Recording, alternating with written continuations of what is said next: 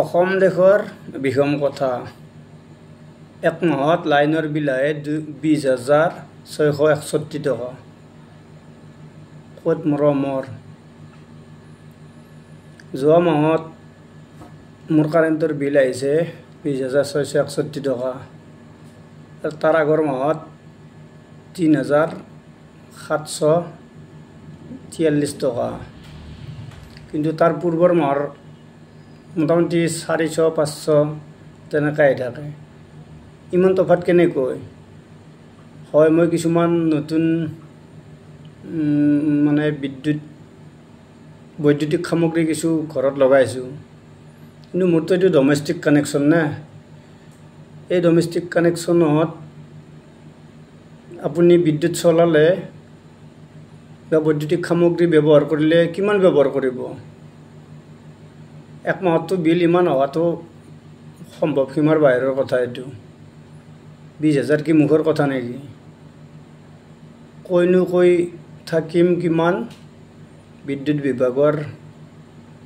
কথা তেওঁলোকৰ ভেকো ভাওনাৰে শেষ নাই তাৰপিছত অফিচলৈ গ'লো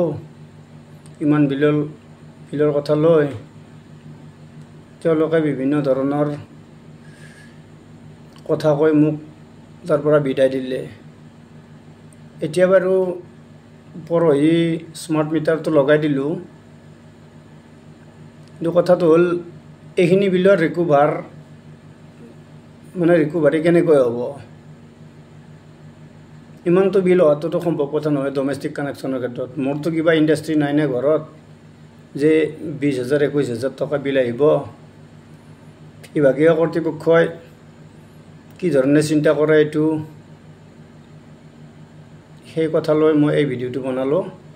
যে তেওঁলোকে অলপ নিশ্চয় বিবেচনা কৰি চাব আৰু মানে যেতিয়া মানে স্মাৰ্ট মিটাৰটো লগালোঁ এই পুৰণি মিটাৰটো তেওঁলোকে যেন মানে পৰীক্ষা কৰি চায় যে সেই মিটাৰটোৰ কিবা গণ্ডগোল থাকিব পাৰে বা কিবা হ'ব পাৰে মানে একে সামগ্ৰী ব্যৱহাৰ কৰা বহুত মানুহৰ ইমান বিল কিন্তু কাৰো হোৱা নাই মই ইতিমধ্যে কিছু খা খবৰ লৈছোঁ বাৰু নোলোৱা নহয় কিন্তু এই কথাখিনি কওঁতে তেওঁলোকে মোৰ কথাখিনিত